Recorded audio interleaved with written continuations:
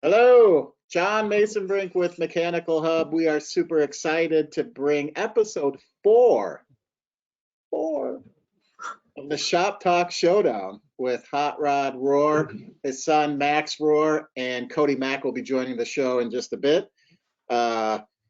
Episode 4 will feature PRVs in the SLC. Now, when I heard SLC, I thought maybe this is like a new fangled hydronics acronym or a plumbing acronym, but SLC is Salt Lake City, where Hot Rod has moved to, right? Yep, that's right. So Hot Rod and Max are now located in the Salt Lake City area, so it's convenient for them to do these shows together, so that's good. On this particular episode, Hot Rod will lend his expertise on all things pressure reducing valves, proper sizing, fall off pressure, adjusting, and servicing. After that, stay tuned for the showdown between Cody Mack and Max Rohr as they debate whether to keep an autofill valve on or off. And lastly, we can't have one of these shows without doing a fun giveaway, and we have a giveaway, some tools for 2 lucky winners from Knipex. You heard it, Knipex. I think that's the right way to pronounce it. What do you think, Hot Rod? We've got 3 different versions of the right way to pronounce it. So, and we've all watched YouTube videos to see the right way to pronounce it. We still have 3 different. And they have a shirt with the correct pronunciation. Yeah. So, arguing. So sit back, enjoy, learn some stuff. These are the best guys in the business. So I'm gonna click off and have a good night, guys. yeah, well, thanks to my red-faced friend John there for kicking us off, and thanks to the Hub for sponsoring this and helping us get on the map with these presentations. So we appreciate you guys being on board. So yeah, just a couple of the housekeeping slides right here. If you have trouble logging in, or if it's jittery or something like that, sometimes if you just log off and log back in, you get a better connection. So there's a support number there. That's for GoToWebinar. It's not our technical support, by the way. Yeah, we'll offer this presentation as a PDF at the end. If you want it, there'll be a little survey, and if you click yes, send me the slides. We'd be glad to share the content with you. And then on our YouTube channel, the Caleffi YouTube channel, within a couple days, it'll be posted up there. So if you want to review it or share it with somebody else, you'll be able to see the whole thing again, and it'll stay up there. So yeah, Cody is gonna, there he is. Hey, everybody. Another redneck friend. So Max and Cody will be there. Cody is actually going to watch questions as we go along here. So if you have a question, if you want to type it in, Cody will just throw it out there. This is going to be very informal. So if it, if a question comes up as we're going through this, Cody can break in, and I'm going to count on Cody to bail me out on some of the questions that come in, the pre-submitted questions and stuff. If it gets too Just technical. to be clear, though, my full-time job is kicking Max's butt in the showdown, and my part-time job is answering questions from GoToWebinar. So yeah, We'll see about that. You're good at both of those, so we're going to hold you to it. And then I'll run the shop cam today too. So we've got some things right on the counter here that we'll pull in front of the camera as we go along. Yeah, we've got a brand new GoPro camera all set up here. We got a lot of technology tonight, so we're going to try and keep it all humming along as we go. So pressure reducing valves, when I say PRV, sometimes you got to explain what you mean there, because a lot of people call pressure relief valves a PRV. So when you say PRV, maybe we should have said pressure reducing valve, because that is in fact what we're going to be talking about tonight, not pressure relief valves. Although that being said, Cody and I will talk a little bit about a pressure relief function that some of these valves have for like a thermal expansion valve. So I wanted to start with just maybe a look at a cutaway here of what really goes on. And if you really think about what this valve is doing, it's super simple. It's just using spring tension to regulate pressure as it goes through the valve. So as you load or unload that spring tension, that allows more or less pressure to go through. So in the big scheme of things, it's just really a spring with, at the very bottom there, you can see the valve mechanism, which if you take it apart, almost looks like an old faucet washer, just a compression style faucet washer on the bottom. And Max will demonstrate some of this as we go. So really, there's not a lot of technology inside these. They do take a lot of abuse because of the water that comes into them, a lot of debris, a lot of turbidity or whatever comes in your water. That's probably the biggest thing that affects these, is the quality of the water coming into them, because really it's just that stem moving up and down based on the pressure that it has to regulate. So a couple things there that we'll show as we go through the different types of valves. Notice on the Caleffi we've got a gauge on it, so if you set the pressure, on the dial, you know that in fact that's the pressure that you're getting. You can also use it for troubleshooting. If you think you've got a leak or something in the house, turn off the valve, the pressure drops, your water's going somewhere. So we'll go through all the features individually, but I just kind of wanted to show kind of the big picture of what a pressure reducing valve does, or what it's intended to do and how it works inside. So we'll compare a couple different ones as we go here and show different performance aspects. So in my simple way of explaining things or seeing things, this is what I did in my shop. I did this actually a couple months ago now in Missouri. Before I left, I made this little demo board. So what I did is on the top there is I just cut apart like a Caleffi, and probably one of the more popular ones out there, that Watts valve there. And I just take my portaband and put it in the vise, and I just carefully, slice down the middle and then paint it a little bit so you can see the passageways. And it kind of helps tell a story. And if you are maybe training your own team or your service guys or something, this is really a good thing to do. Maybe take an old valve that comes back or something and cut it apart. And then once you see kind of the flow path through the valve, it helps understand better what's going on. So if you look at the Caleffi valve there on the top, and I took a piece of copper wire here and I just bent it to show the flow passage going through that Caleffi valve there.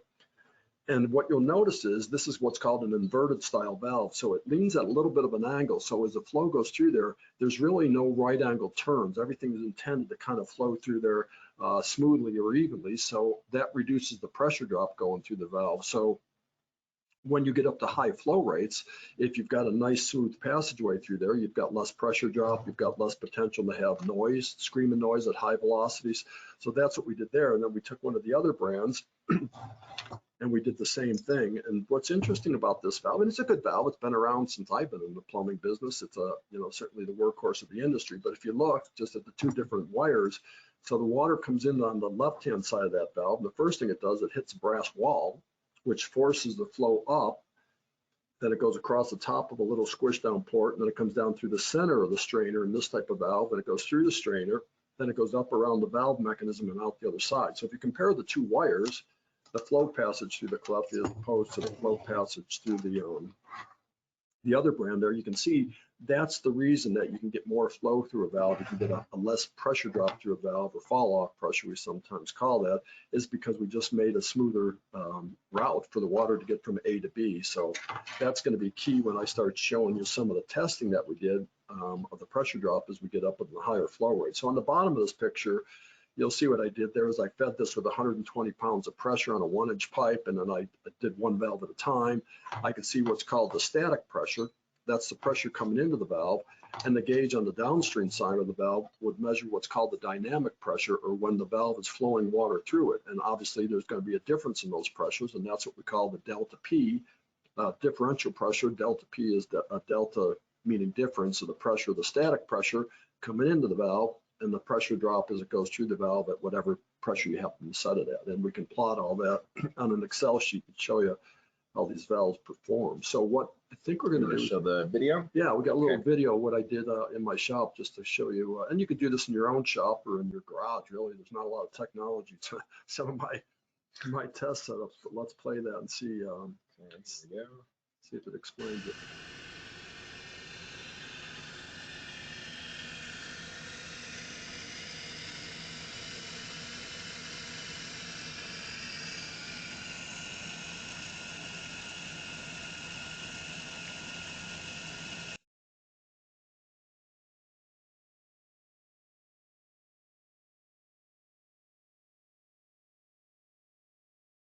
That's basically, you can see there, I had 120 pounds about on the inlet gauge, and I was flowing, what, 7.42, just about 7.5 gallons a minute. You can see what the pressure was on the downstream side of it. So I did the same on both valves, and then, it just gave me an indication of what's possible through these valves. And these are 3/4 valves, which is a fairly common, a typical size. So then what we did is, as I was doing this, Dan was doing, Furcus started doing some testing up in Milwaukee. As you can see, he's got a more sophisticated test setup than I do. He's got pressure transducers instead of gauges. So you screw those into the ports there, and then it ties into the data logger and those digital displays. So you can get your numbers really accurate, and then you can data log all that, and it makes it easier to put it in an Excel sheet or something like that, where you can see the difference. And so we tested, what, 5 or 6 different brands and different models of pressure reducing valves out there to come up with a comparison.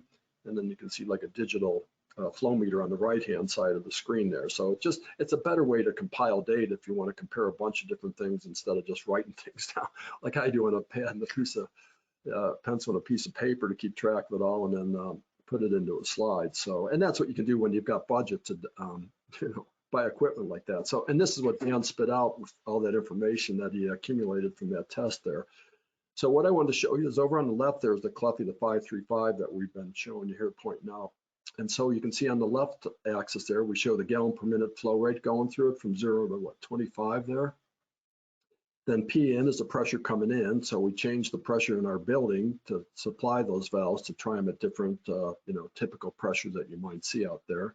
And then P out, the pressure out, of course, and then there's your delta P. And to be honest with you, if you look across the first, maybe 4 or 5 columns going across this, there's not a huge difference from brand to brand. What do we have there? Honeywell, Cash Acme, Apollo, and then the Watts 25 AUB, again, the one that we just showed in the picture. But if you start getting down to the higher flow rates, so it'll go right down the bottom, for example, and there you can see it 66 pounds in, 28 pounds out. You can see a big pressure drop. You're shoving a lot of water through a 3/4 inch opening there, so you can see pretty big pressure drop of 38 pounds. But if you go across the bottom row there, some of them take a pretty big hit on that pressure drop, as you start flowing those higher rates. And that has to do with, again, the flow passages that goes through the valve. If it has to make a lot of right angle turns, there's flow resistance to that. Even, a 1/4 inch of pipe has some flow resistance at a certain gallon per minute rate. So, ideally, you're probably running a valve, a 3/4 valve like this in the 10, maybe 12, 15 gallon per minute range. But, if you hook on a big body spray or, maybe got a sprinkler connected to the downstream side of a PRV and you start shoving those high flow rates through it, that's where you're going to notice a pressure drop. And that's where you want to make sure that you've got a valve that can keep up, give you the amount of pressure that you need, the amount of flow you need without losing too much through the valve itself. And the other thing that'll start to happen if you start overflowing a valve, and this is the other thing that we tested here, I didn't put the data up, but we actually would measure the noise going through the valve as you get up to those higher flow rates. Some valves will start actually screaming because the water is being squeezed through all those passageways and they start making noise. Now, if you put a PRV in somebody's house, and we had this happen down in Florida where they're in condos and every condo had a PRV right in the mechanical room, which happened to be right off the living room. And the valves that were in there originally, when they started flowing everything in the unit, they started making noise. And people said, well, what's that screeching noise? When we start running all the fixtures in the house. And that was an indication of a valve that when you get to high flow rates, you had so much pressure drop going through that the valve started to make noise. So those valves had to be replaced with a valve that could handle that kind of flow rate without making noise, so that people could sleep at night or whatever. Or they could even hear their neighbors, if the condo right next to it, they're flowing a lot of water through theirs, that sound transfers through the copper piping and stuff to the other units. So when you go to select it, there's a couple pieces of data, a couple pieces of information that you want to know to size this properly and make sure you get the right application, because they come in a lot of different sizes, a lot of different styles, and there's a reason for that. So obviously the incoming pressure, how much pressure is on the water main or whatever is supplying that building, what you want for your desired outlet pressure. Now for the outlet pressure, I think all the plumbing codes say no less than 20 PSI and no greater than 80 PSI is what's acceptable. Now below 20, obviously you don't get a lot of flow in the shower head. Above 80 is where most of the faucets and toilet ball cocks and stuff are rated for 80 PSI maximum. So for example, toilets could start to squeal if you're trying to fill it at, over 80 PSI. So you want to stay in that range somewhere. And that's typically obviously a GPM number. And then this is really the number that you should be sizing the pressure reducing valve by, is the pressure drop. How much of a pressure drop is acceptable? Are you willing to handle? Now, people that do this for a living, plumbing engineers, have numbers in mind when they design a big building. They say, okay, I'm comfortable with maybe a 12 or 15 PSI pressure drop.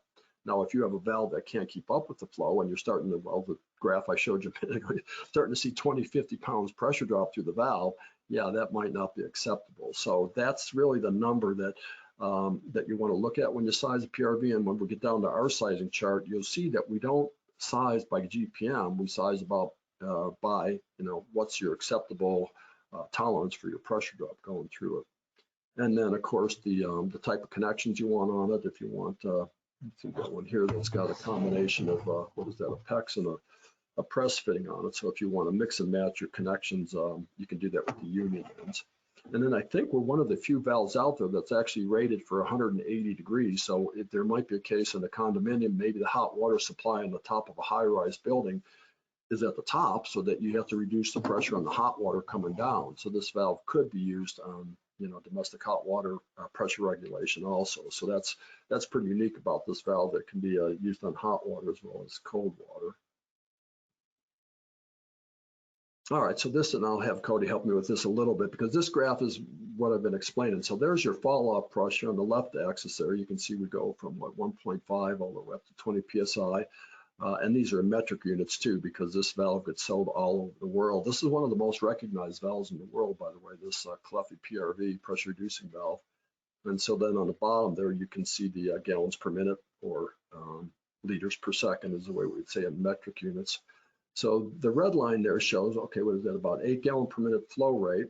And you say, okay, what's the follow, which would be the right valve to select out of this thing here. So we want to just go up that axis there, and you can see right at about, with about 7 PSI pressure drop. So at 8 gallon per minute flow, 7 PSI pressure drop. And that's, we give you some thoughts on what we think is an acceptable pressure drop, and 7 is certainly reasonable. Some guys might push that to 10 or 12.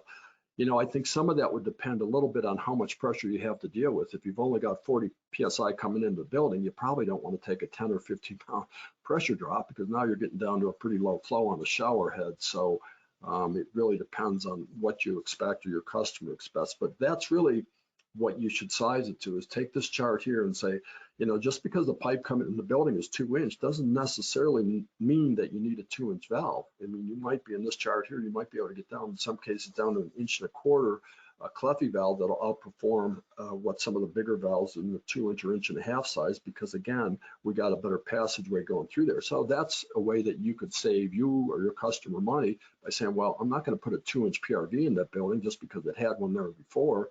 If I know what the flow rate is and I know what the acceptable pressure drop is, maybe we can get away with 1.25 inches, 1.5 inches. And one of the recent Ask Caleffi podcasts, Dan and Greg do a really good job of kind of explaining tech calls that they get, and the symptoms, and oversized, undersized, too high a pressure, which we'll talk about a little bit later. But that's a good listen to if you want to hear more about what does it sound like if you really missed the sizing too high or too low. Yeah, there's no reason to oversize the valve either, because then it's trying to regulate at a small 0.5 gallon a minute flow in a 2-inch valve. That's not a very good operating condition either, and that might be the case where you want to put 2 valves, a high and a low valve, which we'll talk about also, but that's a good point. All right.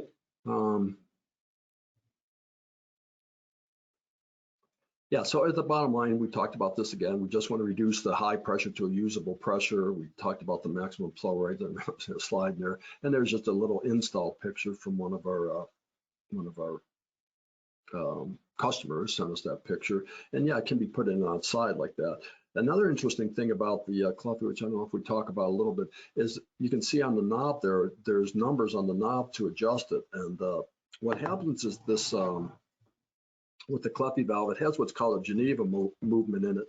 And you take in, like Mack is showing there, he's turning, nothing happens on the wheel. And then all of a sudden see where it jumped from 45 to 60, because one rotation of that wheel makes a 15 PSI difference. And that Geneva mechanism comes from the watch industry, and that's how they calendar a watch. After it goes around so many times, it flips a day.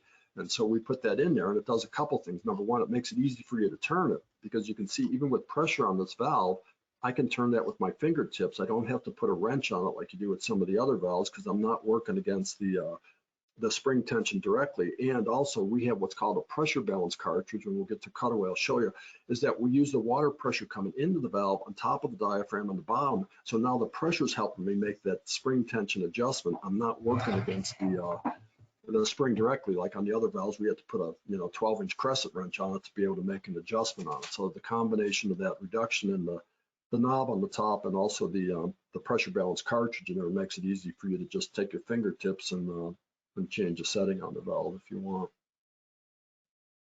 Okay.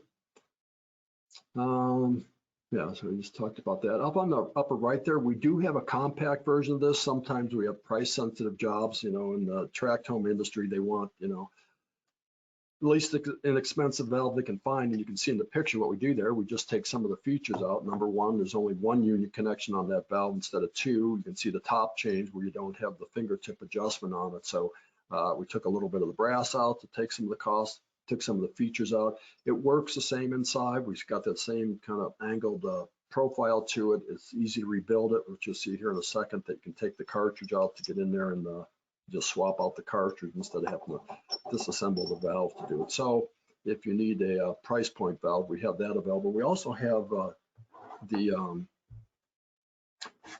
so if you're doing a new building and you don't want to put the PRVs in because you're worried about somebody stealing them for scrap brass or something, we have this little PVC tube that we offer too, that you can put it in there, and it's obviously the spacer, the right spacing for it. So when the job is finished and the job's able to be locked up or something like that, then you could go back, put your PRVs in, take your little spacer tube out. So it's just a nice way to get your piping set where you need it without having to leave the PRV in there. And also you might want to turn that on and flush the building before you put your PRV in and wash all the dirt into your PRV from the construction. So it could be used for that application. Yeah, a lot of these that are sent back as returns, this screen will just be completely loaded with stuff. And if you use this during construction, flush through it, you can kind of get all that garbage past the PRV before it gets stuck in that screen. But this whole thing can be taken apart too. So yeah, I think we had some pictures too of some of them we'll that show you came back. some of them that are dirty. Yeah, and we actually, if you use a wrench, like just bought this rigid online because it's a nice wrench for taking it apart because it doesn't mark up if you use a channel locks on that cartridge, you'll get little teeth mark in it. But this little rigid wrench, which was buy for 25 bucks online, is a nice wrench to use for that. In fact, some of the Canayapax tools that we're going to give away at the end are also smooth jaws that you could use on that without marking up the cartridge when you're taking it apart. That's a pretty handy wrench. Opens really wide for a short handled wrench, and you don't get too much leverage that you start breaking things. So what else we've got here? And so there's another uniqueness of the Caleffi valve. You can see all the different connections that we offer. That's a 1-inch G thread on this 3/4 1-inch body valve. I believe Cody has the 1-inch G thread, so you can select the fitting to your heart's desire there. And there you can see the blue fiber instead of green fiber, now washer that makes that connection. That one in the picture almost looks like it has a hemp thread on the outside of it, doesn't it? Yeah. And if Yeah, you I think sometimes they use the stock photos from the some other markets and stuff like that. So it might have that Yeah, serrated thread on there, but it's all 1-inch G, or it's G thread, to say the least. Yeah, you can see in that picture there the that's double got window leader, bar, and so that's a European picture. Yeah. But also notice that if you buy it without the gauge, it'll have that little plug in it. So, you can put the gauge in later if you buy one and say, I wish I would have put the gauge in, or you want to put a transducer to read it remotely or something like that. We showed with the data logger, you've got that port's always available. Okay.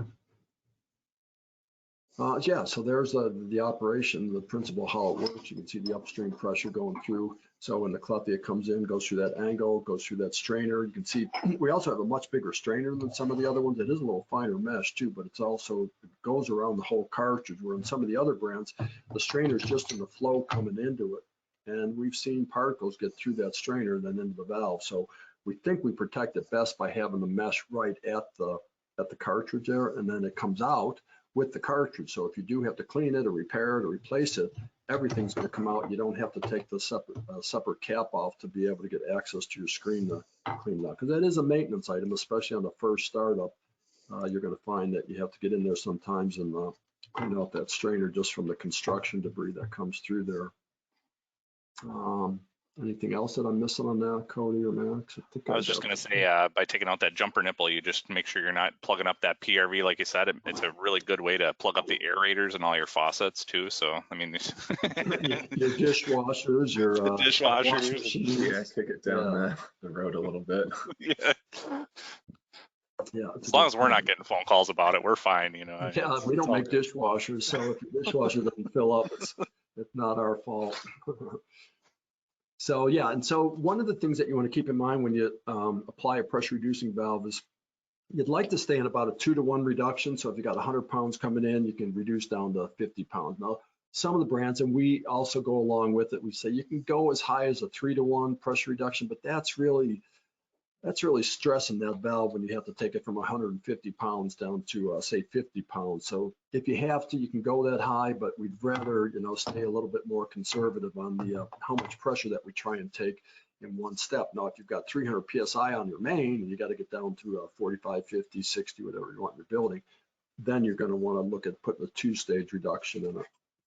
And then from the cutaway here, so if this tap is open, so water's coming right through and out there, as soon as you close that tap, now the incoming water with the higher pressure is going to push that diaphragm up, and then you see the movement of the spindle right there, and then it closes on the seat. So that's kind of what moves. It stretches that up, that moves north, and then that moves north as well, and that's how you close it down. So it's a little hard to do that in the demo because it you can see the movement of the seat in the bottom. Yeah, that's a good there, picture. but that's where the diaphragm's actually kind of locked in place, and that's what's stretching there. Yeah. Now, one of the pre-submitted questions talked about some of the brands out there have what they call a thermal bypass or a pressure bypass built into them. In fact, this Watts that we had here a second ago, they offer it, although this one doesn't have it. There's another little spot right in there that it has a little spring and a check in there. So if the pressure downstream is higher by 10 pounds than the pressure coming in, it will relieve. Now, Cody and I talked about that. Well, what's really the function of that?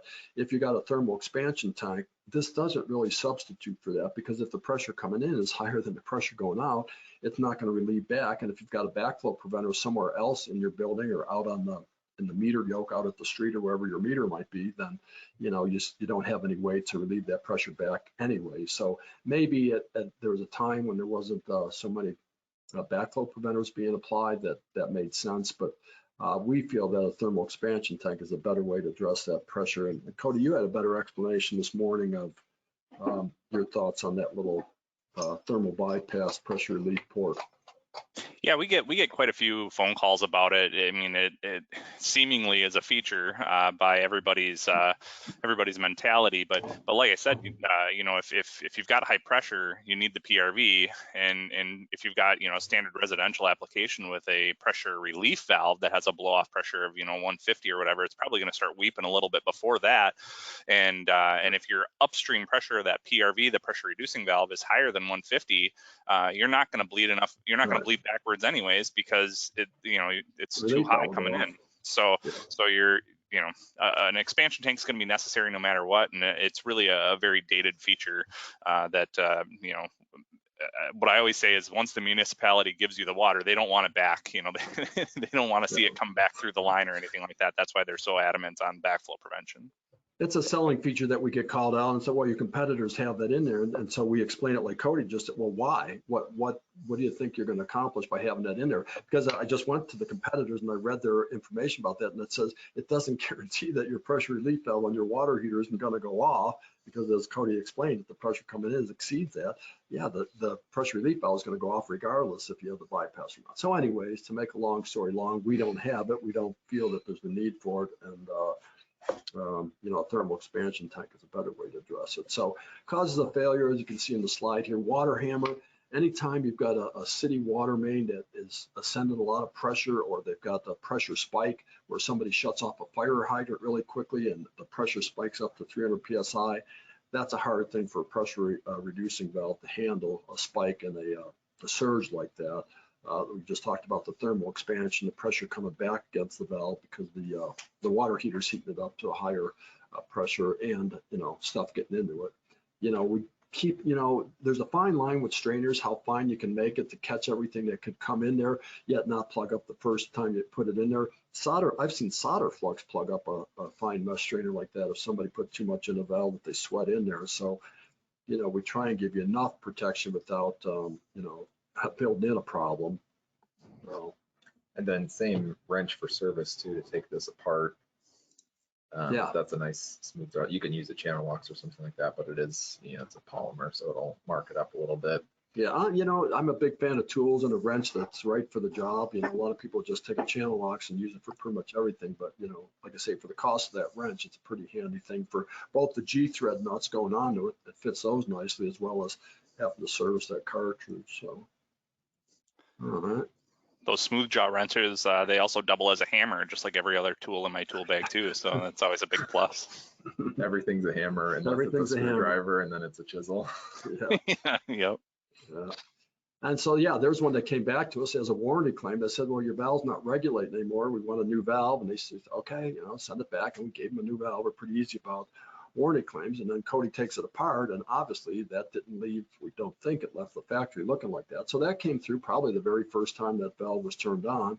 And some of it did get through, like Max is pointing to there, between the seat and the washer, where it sits against the bottom of the mechanism, the valve shutoff mechanism there. And yeah, it's going to seep through and, not regulate properly. So, the right thing to do is what Cody just did there, is just take it apart and just clean all that out. And you could probably put that valve together. Now, sometimes they can get damaged in there. We can get a notch in the washer or a notch in the seating surface there. We've seen them come back with a little groove, sometimes called wire draw, a little groove in that, where that washer seats up against that nylon there. That, obviously, you're going to have to replace the cartridge. That's not something you can fix in the field very easily. So,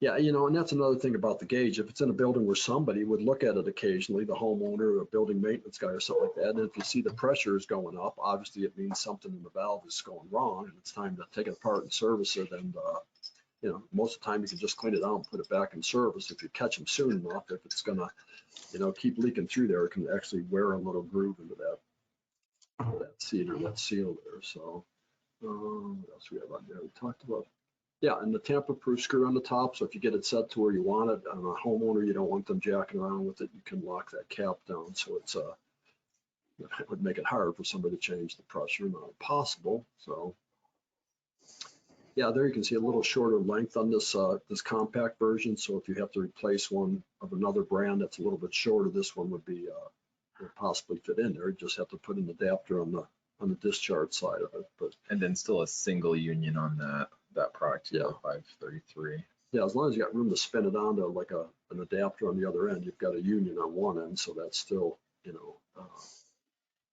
convenient. I think the other thing to mention too, Bob, is the fact that, with our valve, you can remove everything out of the body without having to take the body out of the, and it's one nut to take it all apart. It's not 16 screws to come out of there that break off and snap off and everything else. And versus some of our competition, it does make servicing this guy really, really easy. And it's a single cartridge, not a whole mess of pieces that come out with it. So yeah. Yeah, I mean, some of them I've seen have little Torx heads or something on the bolts, and it's like you get there, you have the right size Torx to take it apart. So then you're trying to use your channel locks on a Torx head bolt to take it apart and get in the diaphragm. And if you don't have the right diaphragm with you, so anyways, we just take the cartridge out, for the cost difference and the time and the labor and the hassle of trying to disassemble one on the job. That being said, somebody on Instagram today showed a picture of this. Now it was a big valve, like a 2 or 3 inch size.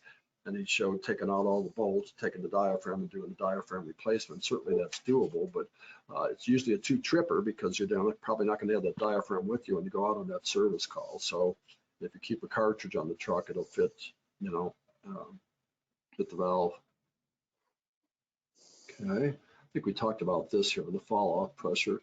So yeah, so this one here, again, we're talking about the velocity over on the right-hand column there, usually somewhere around 5-6 feet per second, you can start to hear water going through a device, a fitting, a valve, a 90 even. So that's the other thing, that when we look at this chart, this fall-off pressure, you want to pay attention to the right-hand column there where we start to get up into too high a velocity where the valve could start making noise that somebody might hear in there. And so if you use this chart, you can see if you have a certain flow rate and you go down to a 1/2 inch valve, you can see you would get out of that blue shaded area, and you're going to put that valve into an operating condition where it might start to make some noise, and obviously not going to last as long when it's running at the high end of its comfort range. I think it's another good thing to mention too, Bob, that our valve is able to control down to roughly about 1 foot per second as well. So just like a lot of other valves in the industry, they have minimum flow requirements as well. And I know you're probably going to talk about parallel valves and stuff like that, but if you need a 2-inch valve to handle the maximum flow, chances are the 2-inch valve is going to be too big for the minimum flow of that building as well. So that's something to consider when you're sizing up these guys, that you might need 2 of them in parallel. So that's a good point on the low end number. People don't usually pay attention to that, and I don't know, right. Maybe on a certain especially now with all the low flow fixtures. In fact, the last coffee Caleffi had, we talked about some of the apartment buildings that have been grossly oversized over the years on their water mains. You know, you got a 3-inch water main with an 1.5-inch water main would have worked. So that's another thing that you want to make sure that if somebody's just running a lab faucet or two, that your valve can work down comfortably at that, you know, half gallon a minute range or whatever it might be. Yeah, I will talk about the high well. There it is right there. So here's a couple different things. So obviously on the top, that's the most typical application. There's your backflow preventer again. That would prevent any thermal expansion from going through your PRV if you've got that in there. And what's happening in the country, if you have a water system that gets federal money or gets state money or gets some kind of government money, most of them now are requiring those jobs to have a backflow preventer device on it, just to make sure that, like Cody said, whatever water goes into the building, the water company doesn't want that water back under any condition, no matter even if you didn't touch it or use it. They don't want it going back into their system. So that's why these backflow preventers are pretty much common, and also they can be built into a meter yoke that you don't even know the water company put one in there, and all of a sudden you're getting a call that a relief valve is popping and what changed in this building. Well, the city went around and changed out the meters or the meter yokes and put a backflow preventer in it, and now you've got the pressure problem from their thermal expansion. So then the second one down, there's your 2-stage. Now we will have another valve out soon, I guess, Cody, a piston type. If you've got really high inlet pressures, like over 300 PSI, you usually go to a piston type instead of a diaphragm type of valve for that first stage there. And we do have that high pressure valve. There are places, in fact, I was in Asheville, North Carolina with our rep here last fall, I guess it was. And yeah, for whatever reason, the pressure at the bottom of the mountain there in Asheville, Carolina is close to 300 PSI. So all the suppliers in that area have the high pressure version of pressure reducing valves there that they do a 2-stage like that. Put the high pressure one, cut it down halfway, and then take your final step on the second one. So that's just it's gonna make sure that valve, both those valves last a long time. If you try and take that big step in one valve, yeah, it's not gonna last as long. It's just too extreme of a condition. And so then down there at the bottom, you can see where we've got them in parallel.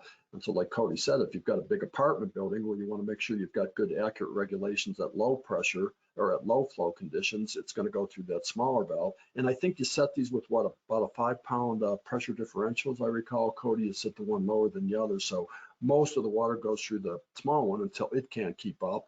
And then the larger valve will open when that pressure drop goes down, not keeping up. I think that's what it says right in the example there.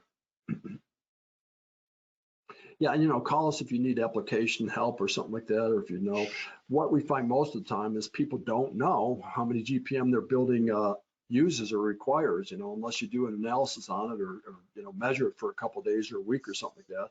People, I think, a lot of time just guess at the right size of the valve, and probably like boilers, they tend to oversize them because they think bigger is better, and that's not necessarily the case, both for regulation and also the cost of the valve. And you could also, which I don't think we have a picture coming up, if you've got a job where they had a 2-inch in there and you in fact need that kind of GPM, you could put 2 1-inch valves in there and get the same kind of flow rate for a lot less money, because 2 of the 1-inch valves is going to be a lot less money than maybe a 2 or 3-inch valve like that. So you can purposely put them in parallel, like we show on the bottom, 2 of the same size, or a small one and a big one.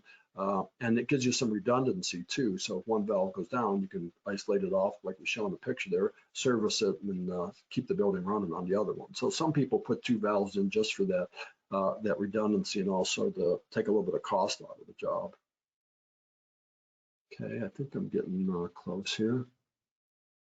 Yeah, so that's what we talked about on the top. If you're trying to go from a 200 PSI down to 45 in one step, the valve could probably do that, but it's not gonna like running under those conditions. And that's where typically you're gonna get noise and you're gonna have high velocity going through that valve. So the bottom picture is really the better way to do it. Just send them, sell them 2 valves and make the 2-step reduction in it. And the best part about that, Bob, you forgot to mention, is they get to sell 2 valves instead of just one, which is awesome. Money. But one of the best ones that I ever got a phone call about is somebody, the engineer actually specified 2 valves in series like this, and they said, well, this thing's still making all this noise. Well, they set both valves to the same pressure, and obviously that's not going to work out so hot, and because it's just the first valve doing all the work. So yeah, make sure you're knocking it down in steps there, so that way you're going to keep those valves happy. Yeah, and your customers too, so it's not screaming. Right, and you make more money, we make more money. Cody can get paid at the end of the week if we sell a 2-valve instead of one. I only get paid if we sell 2 at a time. So Sell them in pairs. What else do we have here? So I think we are. Okay, well, any questions, Cody, coming in that we talked about? Two of the pre-submitted questions, one of them talked about, we talked about that thermal bypass we talked about. Another question from an engineer was talking about a pressure bypass valve. And those, yeah, we sell those to a Caleffi, and that would be used more on a heating system where we're trying to maintain a certain pressure differential at an air handler or something like that. That's not the same thing as a pressure reducing valve. I'll just talk to him privately on that, but it's, I know what he's talking about. I know what his question, he was doing some reading on pressure differential regulation valves. And those are typically a capillary tube type of valve that keeps that range in a certain thing. You wouldn't use that on domestic water, number one. That's not a low lead valve, and that's not really what you're trying to control. You're just trying to maintain a set pressure. So there's a third one I forgot. I'll think about it. we did have a couple of questions in here, but I think the one that I can't stress enough is there was somebody that actually asked about whether or not our pressure reducing valve comes with a bypass for thermal expansion. And we already covered that, but I think it deserves to be talked about again. The fact that it doesn't, and there's a good reason for it, is because it's just not necessary. And in fact, it's almost a hazard in a lot of cases if you are using it, because again, the utilities, they don't want the water back. I remember when I lived in town and we didn't have backflow preventer requirements, but they would come around on an annual inspection and check for vacuum breakers on sillcocks and make sure we don't have any cross connections and things like that. They even went down to my old concrete laundry tub in the basement, and there was so much lime scale on the threads of the faucet. But he saw that there was a garden hose thread on that faucet, and he said, "You need to put a vacuum breaker on that." And I said, "Look, pal, I can't even get a hose on that if I wanted to. Like, what are you doing here?" And so it's like I said, they don't want it back. So it was kind of a moot point. Why do we need this feature? Take it out of there. Well, Wisconsin's pretty strict on that. For those of you that might live in Wisconsin, they have their own plumbing code, but they're very strict on the backflow prevention. In fact, we had the inspector and the trainer from Wisconsin on to do a webinar for us, a couple of years ago, maybe, Cody. And he talked about all the different requirements. And he said the most common place for backflow prevention that they see the most problems with is on like coke towers and machines like that, where they don't want the CO2, carbonic acid, going back in the mains. He said we really pay attention to wherever there's a coke machine or a coke dispenser on the backflow preventers, that they're up to once a year they have to be tested. So. We did have another question too about that just came in, some good ones here. Is it a good idea to have the hard water treatment, like water softeners and things like that, installed ahead of the valve to prevent buildup or any type of scaling, or any commentary on that one?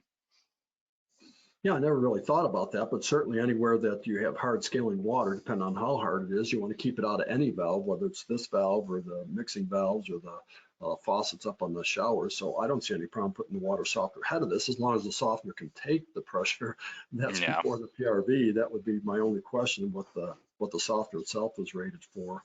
I think the other big thing too is that theoretically in most like residential applications, it's only going to be cold water going through this valve. As we all know, magnesium and calcium wants to precipitate out at higher temperatures, and so it shouldn't be as big of a problem. But definitely any water treatment like a cartridge or media type filter, strainers, things like that upstream of it are definitely going to help. We did have and just to backtrack a little bit, we talked about the parallel and the series pressure reducing valves and things like that, and there was a question about the pressure reducing valves in parallel if you set them to the same pressure, and the answer is no. Whenever, and I don't know if you want to if you can flip back a couple slides there, Max. Picture. Typically when you've got them in parallel, well, I guess it depends on the application. If you got them in parallel, if you got a small one and a big one to cover a large flow range, the smaller one's going to be set to slightly higher pressure.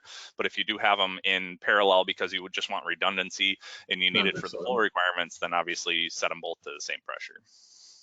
Yeah, if they're two different size valves, typically the engineers specify them that, like I say, so you have good regulation of the low flow and the higher one, then you'd want to set them at a little bit of a pressure differential. But if you're just doubling them up to save cost and get the same kind of flow rate as a bigger valve, then yeah, you'd want to set them the same. What was the other thing I thought of when you were saying that? I think you covered it pretty well. All right. Well, Cody again is pretty misguided in his his Thought experience. process. So this is a kind of a cousin to the pressure reducing valve that we've talked about. This is an AutoFill that you would use for hydronic systems. So reducing the pressure to let water into a heating system. And Cody thinks that when you leave the job site that you should just leave this valve on. And I think that he's completely wrong. So Cody, do you want to get started here? Man, Max, I don't know about you. If you leave it off and that boiler does lose water for whatever reason, have you ever seen what happens to a dry firing boiler? I mean, I can do the Wile E. Coyote kabooms and things like that. I mean, it's not good. I mean, heck, there's even an insurance company that has a piping schematic named after them, for crying out loud. If you're a steam boiler guy, you know, you got to leave them open. I would say if this is your only safety for a low water condition, you don't have a low water cutout or a flow switch, there's probably an issue there. You need to have a device that's specific to the problem that you're trying to prevent with the dry fire.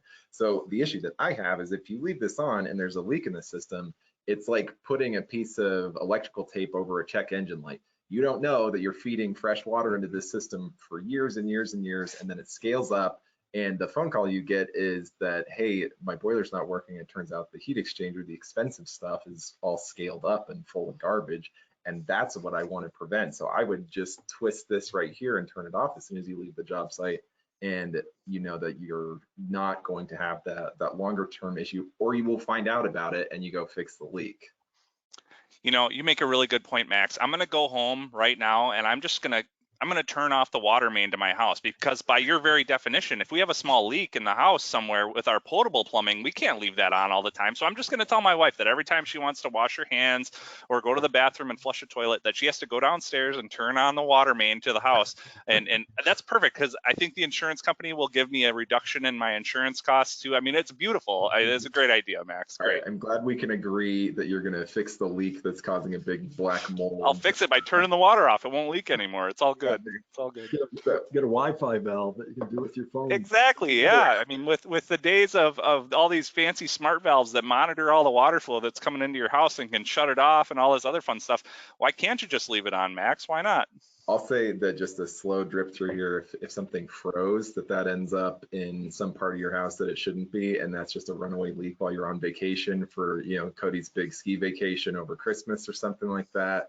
You don't need that. You don't need all that boiler water coming back into your house. It would be bad enough to just have the, you know, few gallons that are above the garage or above your, you know, fancy artwork, whatever's in your house, come back in. But the last thing you need is just a week's worth of water coming into the house because there was a break because of a freeze. Since I know that we're in great company with all these plumbers and heating guys, I'm just going to tell you right now that if you go on vacation and nobody's checking on your house while you're gone, there's an old saying that if you play stupid games, you win stupid prizes, and that's your prize.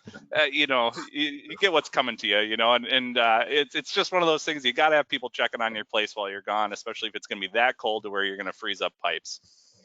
Yeah, it'll come down to lesser two evils, because it's you know, what failure do you want? Do you want the boiler to kick out a low water cutoff, or do you want to have a flood in your building? So, you know, this argument's been going on since. I think that the easy answer is I'd like the low water cutoff and go back and figure it out before it becomes you ruined the house insurance claim. I think that's the bigger issue. Hey, we're spurring the economy with those insurance claims right there. I mean, this is a win-win, Max. Let's leave those autofills on. For crying out loud.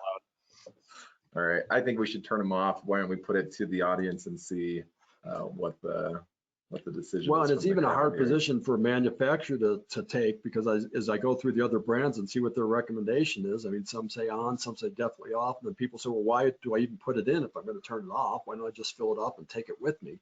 So yeah, it's there's not an easy answer, but let's see what the poll says here. This one's actually all right. Let's see. All right, all the people. I've been practicing my maniacal laugh like all week, so this is awesome. All the people on the right side of the argument are waiting until the end to answer. All right, well, I'm going to go ahead and close it again. So let's see. All right, so what do we that? Cue my theme music. Cue my theme music. All right, so 38% of you got the question right here as far as what you should the answer right. AutoFill. Got the answer to the question right.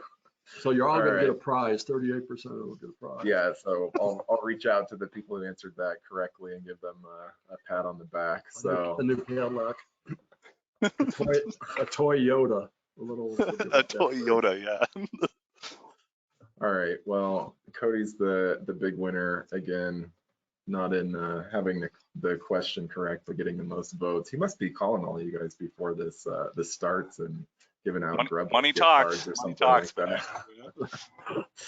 All right, well now we're gonna flip this over. So we're gonna have Mary take the reins here, and we're gonna do the drawing for the Knipex 2 different tool sets. So you can see the one on the left there, and then the other 3-piece kit on the right. And then I believe we also have a hat that's gonna be for the other giveaway. So. I've got this brand of tool. This is a really well built. It's a German tool. It's really well built. I mean, you're gonna appreciate the fit and feel of the quality of this tool, these tools. Yeah, and that just pushing in that piston and sliding it up, that's also a great way to grab all of the different Caleffi parts, so you don't mark them up with the sweep jaw. Wow, the wheel's really spinning today. Okay, everybody can see the wheel.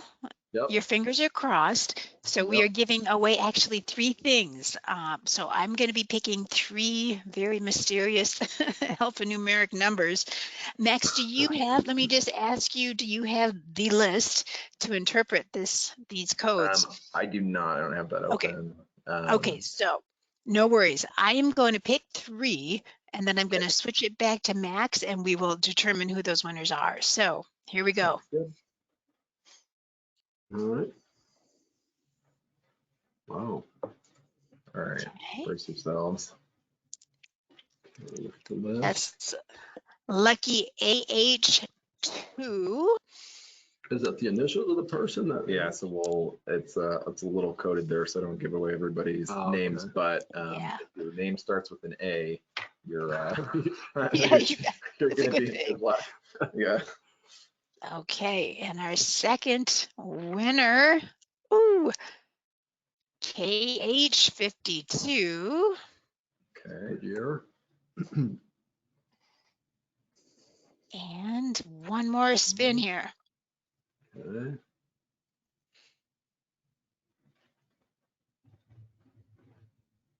Okay, D16. All right, I'll take the screen back here and put the slides back. Okay. Yeah. And let me do a little digging. I'll have that for you in just a minute. So this is really, this wrench right here is going to be a perfect grab on these union nuts. And it's nice because it keeps the position. So I used one of these a lot. This even shows you what your measurement is, but it keeps it too. So you can do it really easily one-handed and not have to worry about sliding it. So it's a really nice way to put together unions like that. The Germans know what they're doing with the hand tools. So.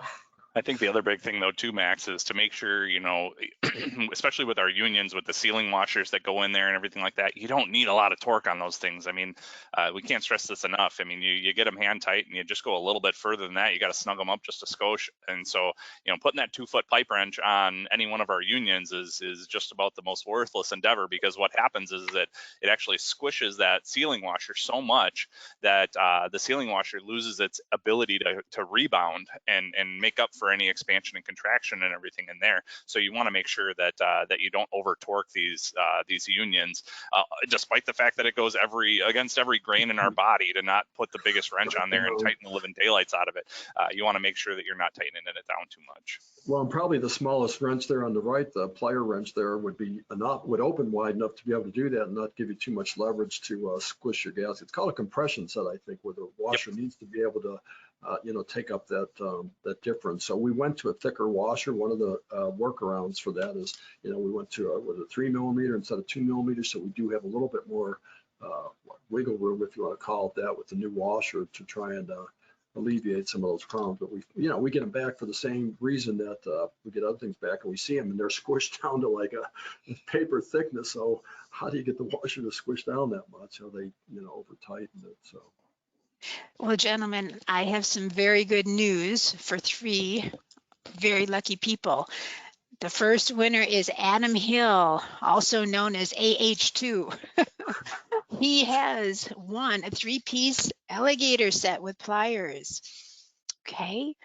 KH52, also known as Christopher Hernandez. We have a 3-piece pliers wrench set for you.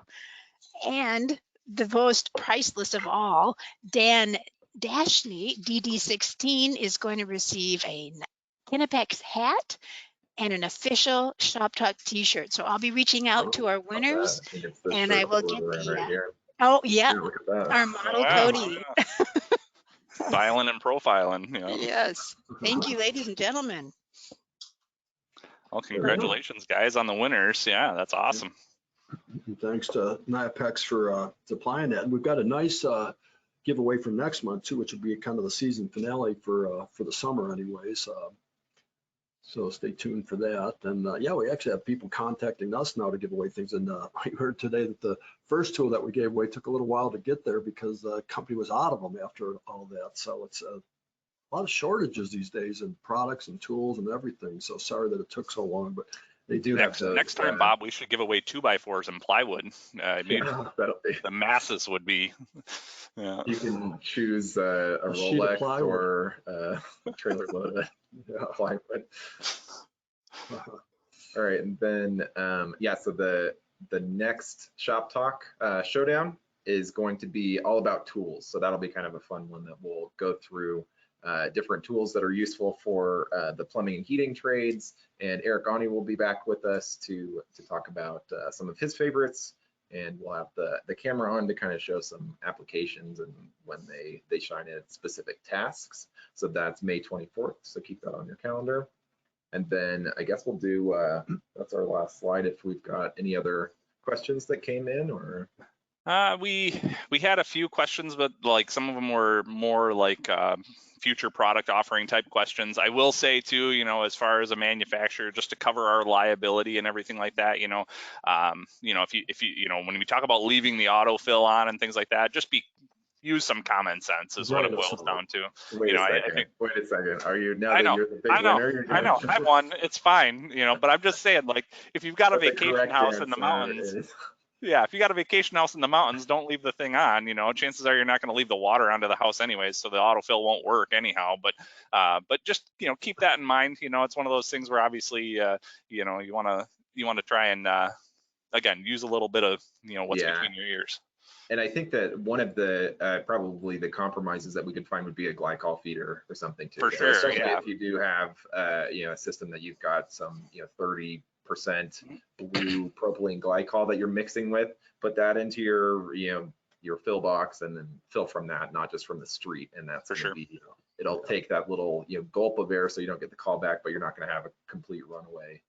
And that's always the big thing is, you know, like whenever you get a system started up, it takes a few days or maybe even a week to get all the air out of it. So you're losing volume as it's expelling air out of your air separators, or if you do a blowdown on a dirt separator or anything like that. So you need that little bit of makeup, but it's, you know, nobody wants to go back to a job, you know, a week later just to shut off an autofill. You know, that trip costs money, and I get it and everything like that. But again, just use some common sense. And yeah, you know, if you got that vacation property, you know, glycol and one of those types of feeders would be a great idea, because then you can shut down the water and it's, you know, it's not that big of a deal, and you can shut down the whole house if you really needed to. So. Yeah, and then another good kind of startup thing is that if you can get the house up to your design temperature, so if your, you know, maximum for radiant is 140 or whatever your heat loss is calling for, if you can get that system up to that high temperature, you're going to get the most amount of air out that you can, and then that would be the time that you could turn it off if you wanted to. So instead of doing it when it's cold, because then when you get it up to that warm temperature in December, that might be when it needs a gulp of additional fluid, and that's not a fun callback. Yep. So.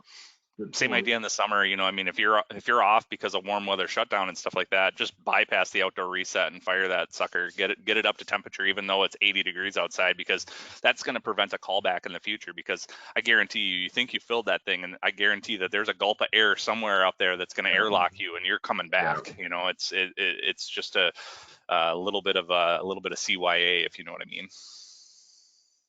Sounds good. Perfect. Oh, Well, yeah, I think we ran out of questions there. You know, I got a few more comments in there about how correct I was and everything like that. I don't know if you saw those, Max, but No, I that's haven't looked at fine. questions yet. Yeah. They Well, it also sounds love like how I didn't humble I am lose. too.